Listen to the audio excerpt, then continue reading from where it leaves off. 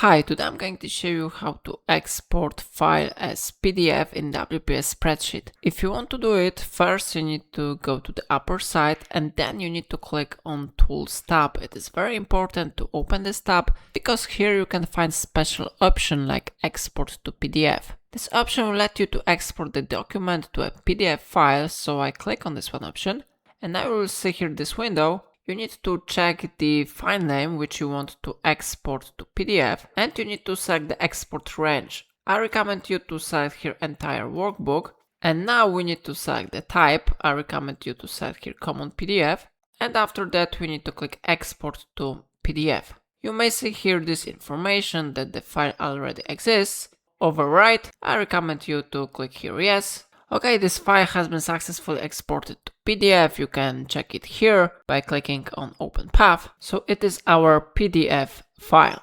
So how you see it really works. If I helped you, remember to like this tutorial and subscribe my channel. Please let me know in a comment if it's of a problem.